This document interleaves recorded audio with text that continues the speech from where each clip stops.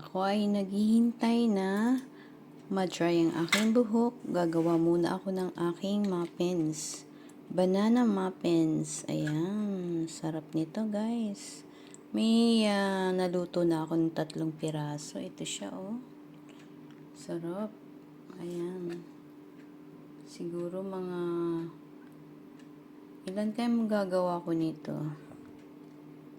Sarap siya. Banana muffins, full of madami siyang mani.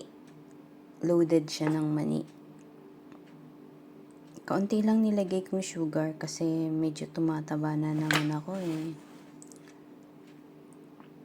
Grabe, mabilis ako magpataba. Ang hirap magpapayat.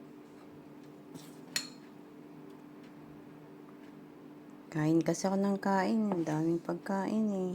Ano magagawa ko? Grabe, no? Makikita nyo naman sa mga post ko. Ang dami kong kinakain. Grabe. Madami talaga. Ayan. May parang isa na lang to. Isa na lang siguro to. Gagawin ko dito. Distribute ko na lang even. Ayan, distribute ko na siya even.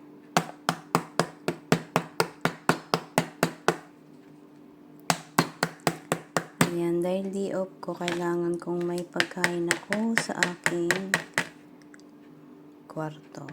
Hindi na ako lumabas, guys. Kasi sayang yung pera.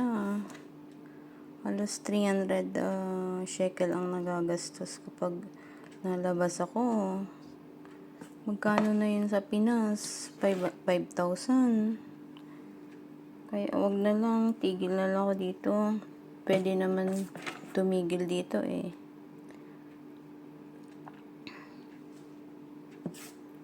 Ayan, sobra ata ang ginawa natin. Ayan. Medyo malaki to pag na umbaw ito sa ating tasa. So, kailangan na ano'y natin, bawasan natin kasi susobra ito sa ating lalagyan. Pangit naman yung sobra. Diba? Kahit saan, pangit ang sobra, diba? Tamtaman lang. Parang sa liig lang lagay natin. Ayan. Ganyan lang.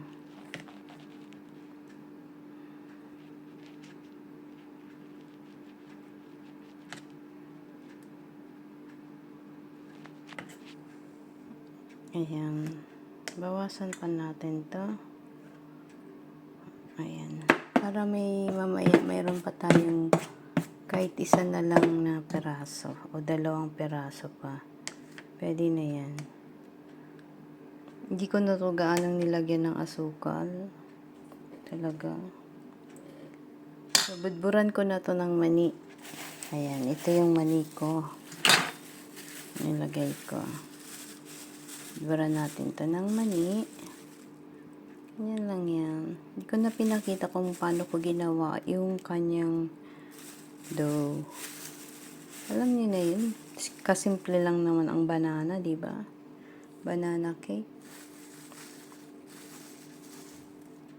May itlog ka, may baking soda, may flour, may asukal, may asin. Ang nilagay ko dito ay butter. Kaya friendly siya. Butter. At isang egg lang nilagay ko kasi ma-allergy na naman tayo eh.